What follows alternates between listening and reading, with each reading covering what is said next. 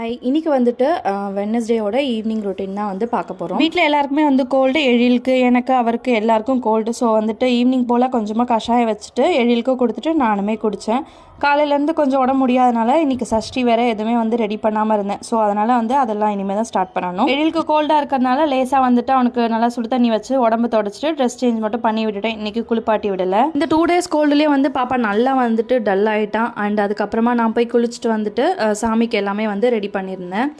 பூஜை பாத்திரம் எல்லாமே வந்துட்டு இப்போ தான் தேய்ச்சி ஃபுல்லாகவே வச்சுருக்கேன். அப்படிங்கிறதுனால இன்றைக்கி வந்து பூஜை சாமான் எதுவும் தேய்க்கல. நார்மலாக வந்துட்டு அந்த சொம்பு அதை மட்டும் தேய்ச்சிட்டு சாமிக்கு வந்துட்டு விளக்கேற்றிட்டு நெய்வேத்தியத்துக்கு வந்துட்டு பாலும் நட்ஸும் தான் வந்து வச்சுருந்தேன். இதை முடிச்சுட்டு நானும் எழிலும் வந்து கோவிலுக்கு போயிருந்தோம். பக்கத்துலேயே கோவில் இருக்கிறதுனால எழில் வந்து நடந்தே தான் வந்தான். தூக்க சொன்னால் கூட வேண்டாம் அப்படின்னு சொல்லிட்டு. ஸோ வந்த உடனே தண்ணி கேட்டார். கொஞ்சம் நேரம் உட்கார வச்சுட்டு தண்ணி கொடுத்துட்டு நைட் டின்னருக்கு வந்து உப்புமா தான் வந்து செஞ்சுருந்தேன். எழில் வந்து உப்புமா கேட்டதுனால அதே செஞ்சு முடிச்சிட்டேன். நெக்ஸ்ட் வீடியோவில் பார்க்கலாம்.